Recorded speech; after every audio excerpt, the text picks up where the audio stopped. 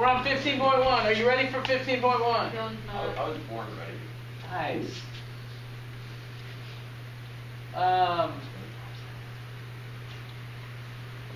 Okay, so the central dogma of molecular biology. Have you ever heard of that? You know what the word dogma means? The central dogma. What's that? It's like the idea. An idea. Dogma is an idea, a way of thinking. The central dogma of molecular biology is the main way we think about biology working, the mechanics of it. It goes from DNA to RNA to protein. This is actually protein right here. We take our DNA, we copy it into an RNA strand. Y'all know what RNA is? Mm-hmm. These nucleotides that will go from DNA to RNA to protein. And then the protein folds up to its final shape. So we call that the central dogma of molecular biology.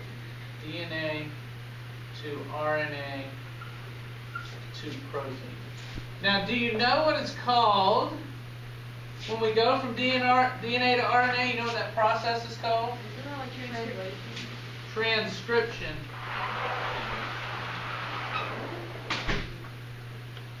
And do you know what it's called when you go from RNA to protein? Translation. That's what we learn about this chapter, transcription and translation.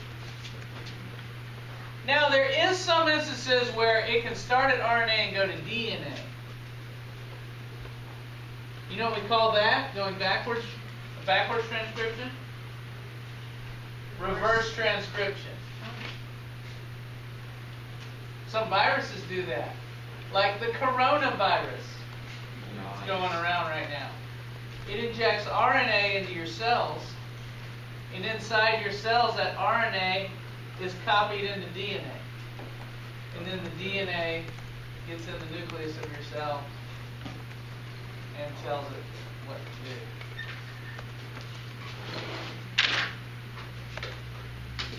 I don't know if this coronavirus actually does that, but this coronavirus is an RNA virus. I don't know if it does reverse transcription.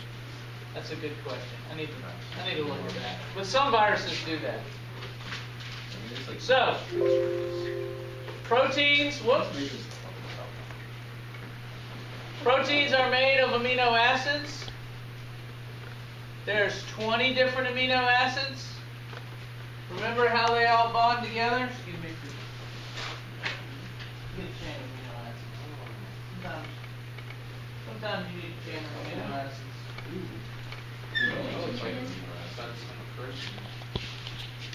Chain of amino acids makes up the protein. Y'all remember that? Why are these amino acids different color? Why not have them all the same color? They're different. What's different about them? Some of them are polar and some of them are non-polar. Yeah, they've got different R groups. So here are all the non-polar R groups. So this part's the same. The amino group, there's the COOs, the acid group, and there's the alpha carbon. Y'all remember this from many chapters ago? It's like chapter 2 or 3. Y'all remember this stuff? And there's the R group. And there's an R group, there's an R group, there's an R group, there's an R group. All of these R groups are non-polar. So they're not attracted to water. These R groups down here are all polar, charged. And they're attracted to water. Oh no, wait, I'm sorry. These are polar but uncharged. They're attracted to water, but they don't have an electric charge to them. These are polar and charged. So they do have an electric charge to them. That's a plus there, and you see a plus there. And where is the charge on this one? I don't see it. Probably left out a plus, maybe right there. Yeah. that carbon, no? Maybe we're there. I'm just looking at which one doesn't have the right number of bonds. That carbon only has 3 bonds. Do you see? 1, 2, 3. It must be missing an electron. So there's probably a positive charge there. Histidine. Somebody Google histidine and see if there's a plus charge right there. I just want to know for my own thing. I need to. Yes, There's a plus charge right there? On that carbon? Yeah, I think so. Yeah? I got it right. I love getting stuff right. So those are your positively charged R groups, and here's some negatively charged R groups. That minus there and that minus there. Here's some non-polar R groups. So the proteins fold based on all these R groups. Do y'all remember doing that? We did a little exercise. If there's a positive R group here and a negative R group here, they might attract like magnets and stick together. Do y'all remember that? Very cool.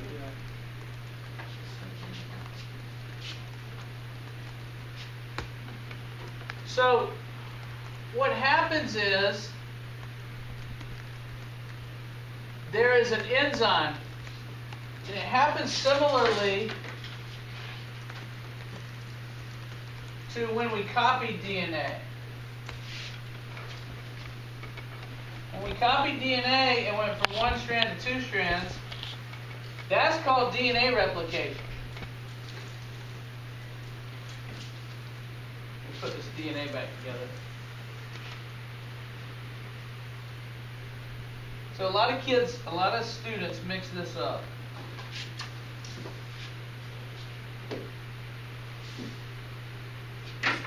So DNA replication is when we take one strand of DNA and we unzip it and we copy both sides with DNA nucleotides. So we go from one strand of DNA to 2 strands of DNA. That's DNA replication. We're copying the DNA. When does that happen? When would a cell copy its DNA? During the S phase of the cell cycle. Remember, it goes G1, S, G2, and then mitosis. Are y'all remembering this? Yes. Mitosis is prophase, metaphase, anaphase, telophase. Andrew, you seem like you're not remembering. I do remember. Okay, you seem like you're playing video games. That's not important. Okay, so that's when DNA replication happens. But the process we're going to learn this chapter is taking the DNA and using an enzyme. It's not called DNA polymerase, it's called RNA polymerase. And it comes up to the DNA and it basically opens it up and it adds RNA nucleotides one by one. Click. Click. It makes an RNA copy of the DNA chain. There we go. Click. Click. It goes down. I'll do a few more just because it's fun to do. Whoops! Click. Let's do one more. Click. There's the RNA copy of some of the DNA chain. And then this RNA, that's called transcription. We've transcribed the gene. And this will come away. And then the DNA will go back together. That's transcription. And notice we haven't copied the DNA into 2 strands. We aren't doing DNA replication. We're doing transcription of the gene. We only copy one side of the DNA. We make an RNA copy, and that thing goes to the ribosome to make the protein chain. When this thing goes to the ribosome, which we're going to talk about Tuesday when you get back, will make a protein chain in the ribosome from these instructions. These instructions are a copy of the DNA instructions. Can it copy to RNA at any point in its cell cycle, or does it have to be an S phase? In S phase, we're just copying the DNA into 2 strands of DNA.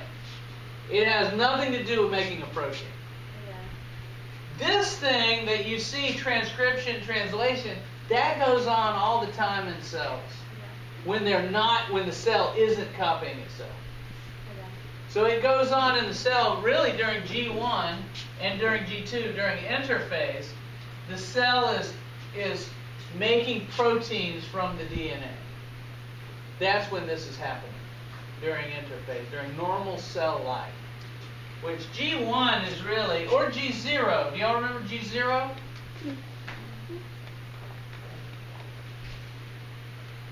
Sometimes the cell can go to G0, kind of a resting state. Most of your cells are in a G0 state. They're not actively dividing. So they're kind of finished dividing. Cells in G0 are still alive, and they're still doing transcription and translation and making proteins so they can survive. But they aren't actively growing, getting bigger. I'm not sure I answered your question, Carter, did I? Yeah. Oh, okay. Good. I don't know why these won't stay on there, dang it. These bigger magnets. Okay. Rolling right along. Once we transcribe the DNA to RNA, the RNA has to be manipulated. This cannot go straight to the ribosome. Do y'all remember what we have to do to it first? Do y'all remember from regular bio? We have to do some things to this RNA. We call this mRNA, by the way. mRNA. You know what the M stands for? Messenger RNA. And in prokaryotic cells, it's fine, it's ready to go. But in eukaryotic cells, you got to do some things to it in the nucleus before it can leave the nucleus. Does anyone remember what you have to do? Receive its messages. Now you got to change this in some way. Get rid of the introns. Yeah, you got to pull out introns. Introns are pieces of the RNA that are unnecessary. And they're probably evolutionary holdovers from some ancestor that used those parts of the instruction. But you have enzymes called spliceosomes that crawl up here and remove pieces and then put these together to make a smaller piece. We call these unnecessary pieces introns. And the introns got to be removed. There are large chunks of your DNA instructions that get copied into RNA but then end up getting removed. They're called introns. And the parts that are left that aren't removed, you know what they're called? Codons. Not introns, they're called exons. The exons are expressed and the introns are removed. So we have to remove introns, and they show this in this picture. So here's the primary RNA transcript. It's got an intron there and an intron there. There's the first exon, there's the second exon, there's the third exon. This is the RNA that was copied from the DNA. This strip right here is RNA, and they're showing it here with this model. And look, we got to remove the green parts. Remove that green part, remove that green part, look what's left. A shorter version. Now, there's a couple other things we got to do. We got to add a tail. The tail part on the end is a polyadenine tail. There's enzymes that add an adenine and another adenine, and another adenine, and another adenine, and you get this long tail. It's called a polyadenine tail. And you see how it says A there? You can have A's up to 50 A's long. You can add to the end. Now, why that happens is still under some debate among scientists.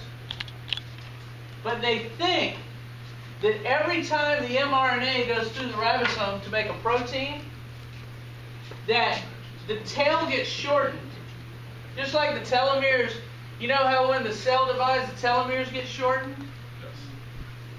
Well, when this thing gets made into a protein, gets copied into a protein, we think that maybe one of the A's gets knocked off each time.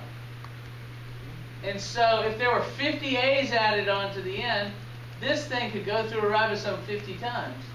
Each time an A gets knocked off. So they think the poly-A tail has something to do with the length of time the mRNA survives in the cell making proteins.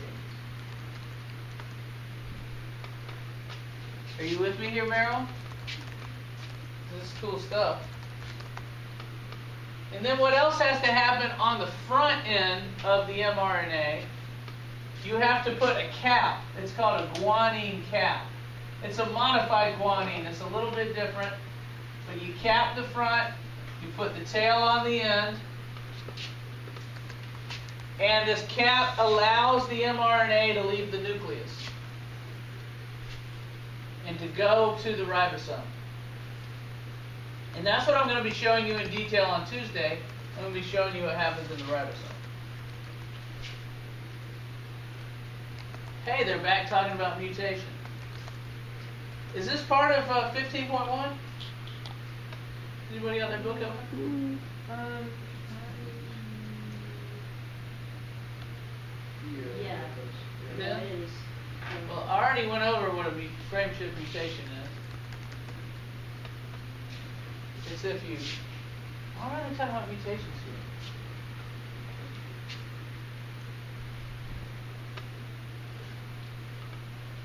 There's always the first codon of any gene. Whoops. Go back.